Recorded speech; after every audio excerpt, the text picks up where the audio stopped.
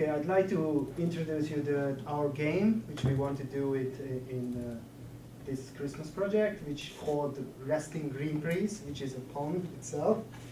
So I will present you the general introduction. So our goal in a very condensed way is that we started this project in September, which is a 2D scroller game was given. The members of our group is Andrew Darcy, William O'Brien, and Tom Stott, three of us. And we create this one with the Unity 3D game engine and use mostly Adobe Illustrator and Photoshop for the artwork. Apart from that, we have a white box prototype in Unity, and we plan to put it on the web as a web free-to-play game. So the setting, the theme generally is a contemporary underwater game, which means contemporary, it means it's placed in the present day. And the player will will play this whole thing as a submarine. And the enemies will be all marine life or underwater enemies, all in all. The environment following the previous setting is 3 different levels. Three different stages of the level: a shallow sea area, which will be made by William, a deep sea area, which will be mostly made by Andrew, and an underwater cave system, which is the last part, and the boss enemy will be there too. That's my job. The dead end, which means literally the scrolling is stopping at there, and until you defeat the boss, the game won't end. Or if you die, obviously it restores the whole thing again. The characters mostly will take submarines, the player character and some submarine enemies, marine life like sharks and squids and other undersea creatures, and there will be a ship on the top of the surface of the water which will follow you and through depth charges for you to play, obviously. So the genre is a 2D scroller, and the overview will be the whole sea level from the bottom up until the surface, and a little bit over just to represent the ship's movements. And when the cave takes place, obviously the cave will be closed in the top and the bottom as well. The environment moves to the right until it reaches the very end where the boss character will reside.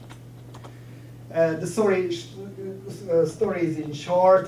There's a Greenpeace, a little bit boss, Greenpeace's leader going a little bit crazy. His name is Professor Big Brain, and he reorganized to be going to the very extreme and wants to destroy everything which is harms the global economy and the pollution.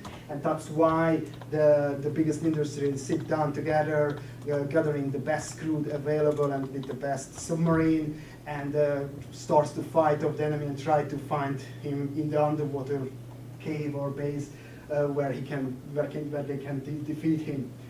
And on the way, he has to fight off the hideous creations and the cyber creatures and the enemy on the way until reaches and defeat the professor and restore the economic growth. The rating is obviously, because the images might be scary for little children, we put it into the 12 age group and above, because there's some violence in it. Obviously you have to kill the enemies, and above that they kind of could be scary for smaller children, so we thought the fear factor could be part of it. And obviously we put up as a web game, it will be an online game, so it's part of the rating itself. Our influences mostly were 4 games which I mentioned. There were a lot more, of course, but these were the biggest ones. One of them is an internet game called Steel Diver, which you take place as a submarine, but you mostly fight against submarines as well. But it has a huge influence on us because basically it's a side scroller game as well. The other one is the Hungry Shark Evolution, which you take place as a shark, but its mechanics and visual style was a huge influence on us, and they were really impressive in a way that we took it into consideration with its cartoon style. obviously R-type, which gives the basis of these side scrollers. And the third game, the fourth game was Depth Charge, which is basically almost the same, apart from that it was mostly the ship fighting versus submarines, so you have to evade mostly in this game. But the basic idea came from really from the Depth Charge. The mechanics are basically relates to these four games. The enemy is moving towards the player when searching it. At least we want to reach that options with scripts. The player is free to move on the screen, which means the only limit is the side of the screen and the top in the surface of the water. The submarines are not going above, obviously. And the ground where it actually will have a collision detection, so you can be destroyed if you hit too much the ground. The variety of the enemies will behave differently. One is shooting at you, the other one to try to basically blow you up. And of course the boss enemy is behaving differently and has multiple moving parts which try to destroy you as well. The torpedoes will be needing some reload time, so you have to consider it when you're fighting off the enemies. And the help represented by an image of a submarine which is gradually breaking down gets damaged all the time. We thought of 5 damage, so basically 5 lives you have. We wanted to do the background in a parallax style, so give a sense of that, which is basically means that we will have 3 layers of background, including the foreground, which will give you the sense of the three dimension. And there will be obviously a menu with moving parts and that and the wings, the splash screens. The team, as I told you, had various jobs. On the table you can see what it is, the enemy character creation, the background and text signals is Andrew's job, and especially the marketing and the paperwork administration. William will be the secretary who will keep the minutes and did us the art synchronizing, and the main character is his job as well. And he made the risk analysis for the whole thing. And myself was the technical expert. I mostly made the artwork and created the boss enemy and its mechanics behind it. And of course, I wrote the story myself. Williams. Thank you. Okay, so I'm doing art and design, and starting off with style setting. Obviously, as Thomas mentioned, the game is in an underwater setting. The enemies that we're planning for will be both organic and mechanical. So the game will be cartoonish in style. So if you think of kind of vector-based images or something like Powerpuff Girls, where it's largely kind of block colors and kind of it doesn't go huge into texture, but so quite cartoonish in style. Our asset creation is our assets are going to be 2D. We have no plans to make use 3D assets in any stage of pipeline. We don't plan to either use 3D assets themselves or render out stills of 3D assets. So the characters will first be created in Illustrator. As I said, I like to give it that kind of cartoon style, and then later brought into Photoshop to maybe add a minor bit of texturing and like dark maps, stuff like that. And as I said, they will be cartoonish in style. They will be so the backgrounding and terrain will be created in Photoshop. It will use entirely photo assets for the background. It won't be drawn at all. It'll use images, and then we'll edit them to fit our purpose. And yeah, so we don't really have any plans to use vector images for the background. But they'll still be cartoonish in style, just as to how we arrange them. We'll include items like shipwrecks at the bottom of the sea, and like treasure chests and underwater ruins and stuff like that, to make it a bit more cartoonish and kind of keep with the vector images as well, so they can look two out of place. So for the mood boards and the characters that we're developing, Thomas is developing largely organic enemies, and he's doing sharks, squids, and then the end boss, which is an octopus. So you can see we've gone through and looked at like a few different things there for both the sharks, the squids, and the octopus. And I think this is largely kind of the style we were aiming for with the vector images, this shark here and this one. It's kind of what we're looking at for our own design. Andrew is largely working with mechanical ones, so it's the enemy ships, and the enemy ships will be moving across the top of the screen, and they will be like a vector-based image as well, but then they'll drop depth charges, so we're just looking at different kind of toxic waste barrels to inspire that. He'll also be working on pufferfish, which will act as a form of mine, but which will then explode into like a kind of a green goo. So we're looking at like some pufferfish here and here for that. And I will largely be working on the submarines, both the player submarine and the enemy submarine. I'm largely looking at kind of a more industrial design as opposed to perhaps what you might think of as a more kind of tubular kind of submarine. So it's going to be more similar to either like a Russian submarine or like a U-boat, where it's more of a more of a boat shape to it. Then for the enemy submarine, I'll be largely looking at kind of a research submarines, or for the Greenpeace people, like it would be in one of these kind of bubble research submarines.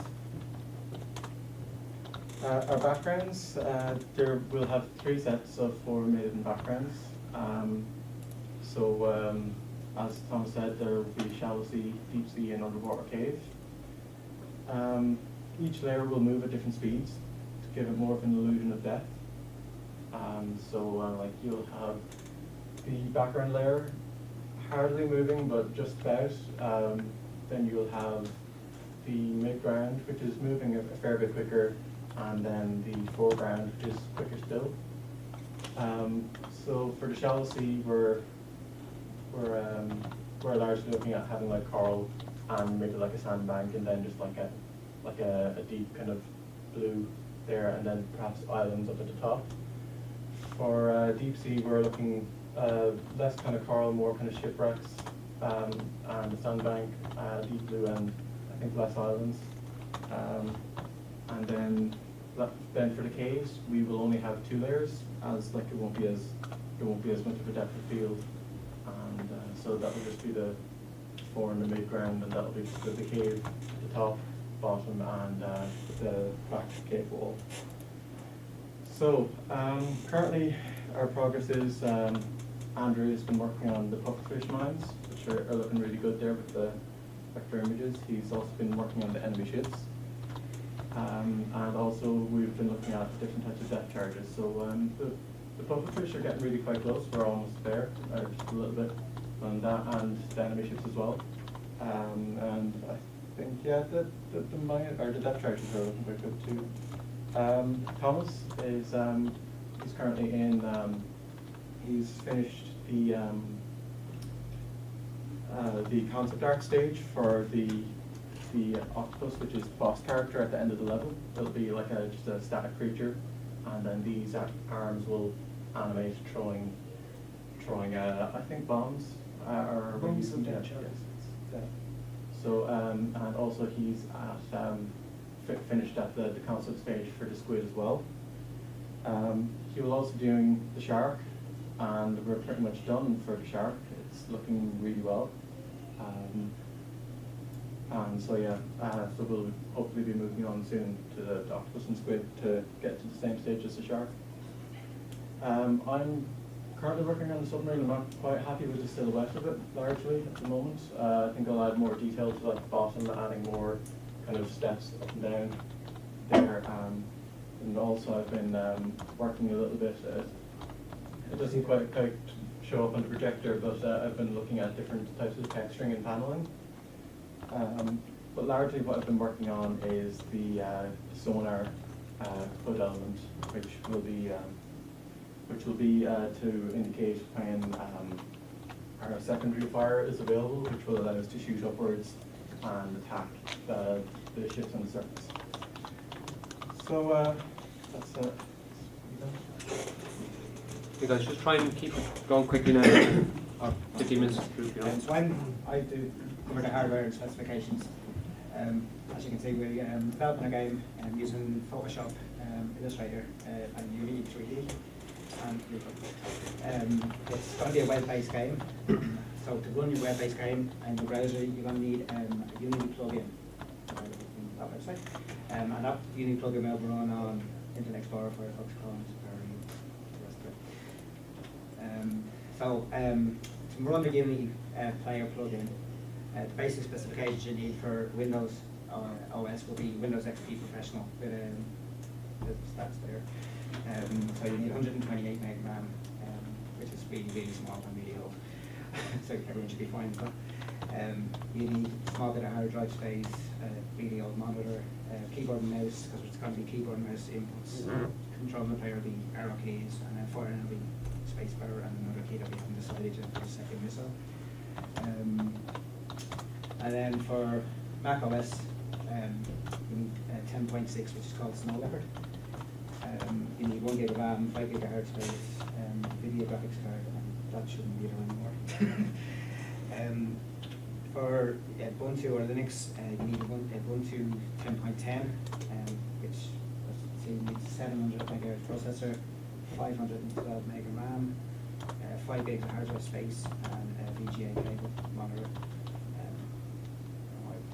The 1024 768 screen is the actual size we're going to choose for our game. So we want with that a bit more detail in a second. For Steam OS, you obviously need a lot more because it's a newer machine. So you need 1 gig of RAM, 4 gig of storage, and a decent graphics card. So as I say, with the resolution, we picked 1024 by 768 because 99% of people who have internet access will have that resolution on a computer available. The input will be standard keyboard with the arrow keys and then the firing system. The sound is built into the Unity web player, so it's just a normal set speaker or headset. And then the internet speed, you need at least 240 kilobytes per second for each user. So 50 users using it, multiplied by that many. So I just went into a bit of detail about some statistics for the average gamer, as you can see here. The average gamer is 35 years old. Average percentage of women is 45%, which might surprise a few people. And then I'm not going to go into all the details because it's quite a bit there. The best selling video games is quite interesting, 22% action and 21% shooters. So this was basically just taken from our stakeholder document, and it just explains through what everyone's doing, where we're sharing ideas, and the extra bits we're going to be doing, like the main menu screen and the score element, the HUD display for William, and then the story and the new screen, and then the document of what we did each. Suggestions on improving our game, just from what we were thinking of doing to what we could do with it eventually. Try to get a better options menu for changing videos on our size and sound and controller settings. Remapping the keys to give the end user more functionality. Adding a mouse or a controller function, so if someone wanted to play an Xbox 360 controller on the PC, they should be able to do that. Adding more weapons to the player, and perhaps a matter of upgrading the current weapons they have, so you get faster reload speed or more missiles coming out of it. Maybe a way of upgrading your ship, so instead of having the same ship all the time, you've got a better ship in the second one you play through if you want. And that could be either through progressing through the story or by using a monetary system, because we're going to make it free to play. Keeping all the elements the same, with the same art style, which will increase the speed of how we make the game. Better time management for ourselves, so maybe spend less time in the prototype and more time actually finishing the artwork and polishing the game itself. Make sure there's no errors, bugs in it or whatever. Maybe adding difficulty levels for less skilled players. Maybe to capture more of the market, using extra devices, so maybe making a mobile app or that kind of thing, or sticking on PlayStation or whatever. Adding a high score leaderboard, so the player keeps on to come back and do better every time, and if possible, get it onto Steam and Greenlight and add in achievements that way. And then the last bit is your schedule planning for what we're going to do for the next 4 weeks. So as you say, it's split up into the 5 weeks. So finalising our artwork this week, and then the animations, then start on coding, and then testing and bug reporting, and then finalise all the elements by the end of it. That's the end of the display. I did make a quick example of a box art. If you want to have a look at that. Anyone do it? No, I just made that myself. It's just a quick example, just messing about. So that's pretty much the end of the presentation. If anyone has any questions, we'll try and answer them for you. No, that's okay. Thank you very much.